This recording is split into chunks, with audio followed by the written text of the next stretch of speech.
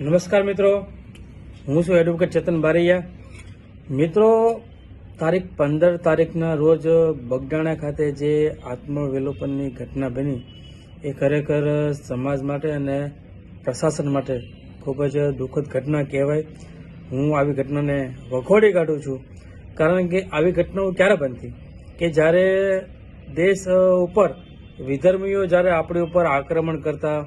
જ્યારે અંગ્રેજો આપણી ઉપર તાનાશાહી કરતા, ત્યારે આ દેશના ક્રાંતિકારીઓ, આ દેશની સુરક્ષા માટે, આ દેશની અખંડતા માટે એ લોકો આત્મવિલોપન કરતા, કારણ કે સરકારને આવી ઘટનાથી ખૂબ જ અસર પડે અને સરકારને સમજાય કે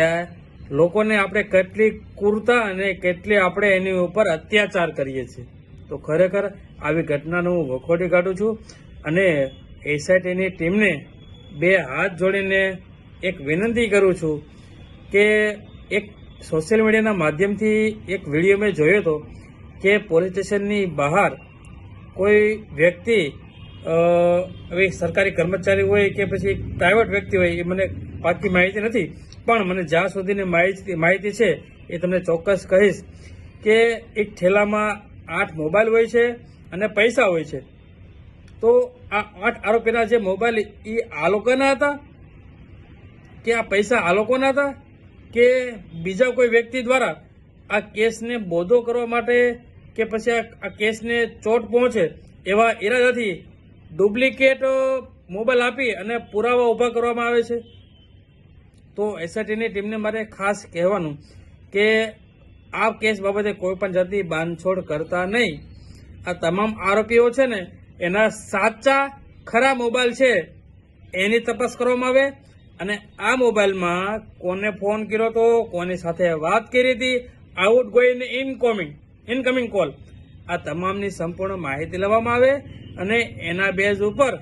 આ લોકોની સેલ આઈડી અને IMEI મોબાઈલના નંબરથી બંને પાર્ટીના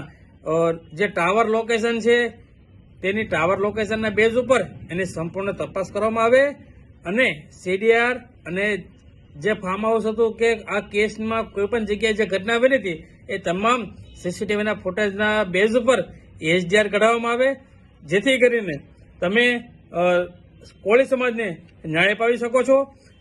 ટાવરના લોકેશન બેઝ ઉપરથી આ તમામ આરોપીઓ કોણ કોણ છે તેની પાકી માહિતી મળી રહે એવું મારું માનવું છે. અને આવી બહુ બધી ઘટના બની ગયેલી છે આની પહેલા પણ કે માસ્ટર માઇન્ડ હોય ને એ આ કેસની બહાર જ હોય, એ સમગ્ર કેસને હેન્ડલિંગ કરતો હોય કે કઈ જગ્યાએ શું બની, કઈ જગ્યાએ કઈ ઘટના ક્યારે બને છે અને આ કેસમાં જો આપણા ઉપર આવી બને તો આપણે કઈ કઈ રીતે આમાં પેદાવો આપણે ઉપયોગ કરી શકીએ. માસ્ટર માઇન્ડ તો શસ્ત્રની ખેલની જેમ બહાર જ છે, આ બધા તો પેદાઓ છે એવું મને લાગે છે. અને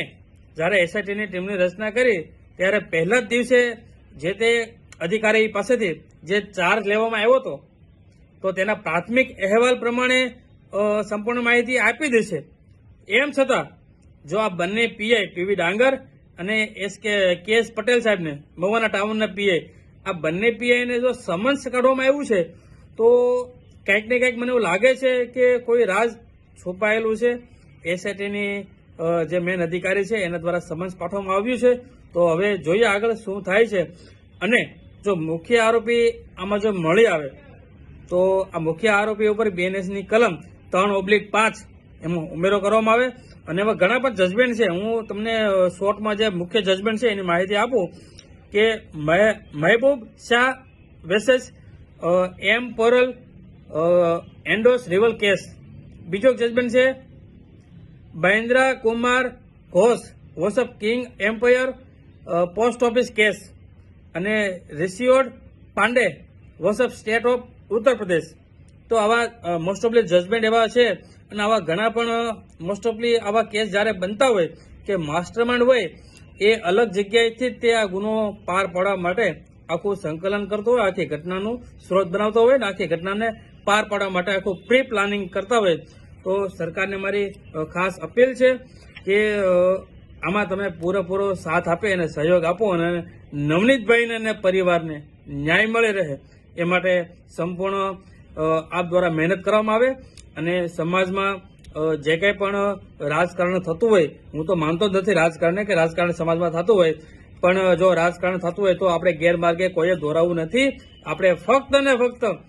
નવનીતભાઈને ન્યાય મળી રહે એના માટે આપણે સંપૂર્ણ પ્રયાસો સમાજની એકતા બતાવીને આપણે કરવાના છે, અને આ એકતા આપણી હંમેશા માટે અકબંધ રહે એવી આપ સર્વને મારી નમ્ર વિનંતી છે. તો આપ સર્વને હું કહેવા માંગુ છું કે તારીખ 20 તારીખે, તારીખ 20/1/2026 રોજ આપ સર્વ કોળી સમાજના મારા તમામ યુવાઓ ધનને મારે ખાસ વિનંતી કરવી છે કે આપણે પોતાના ઇન્સ્ટાગ્રામ, ફેસબુક કે વોટ્સએપ પર સ્ટેટસ ચડાવવાનું છે અને નવનીતભાઈને ન્યાય આપો એવું લખાણ કરીએ તારીખ 20 તારીખે 9 વાગે આપ સર્વએ પોતાના મોબાઈલ પર સ્ટેટસ ચડાવવાનું છે અને સોશિયલ મીડિયાના માધ્યમથી આપણે એકતા દર્શાવવાની છે એવી મારી સર્વને માંગ છે. ભારત માતા કી જય. જય જય કોળી સમાજ.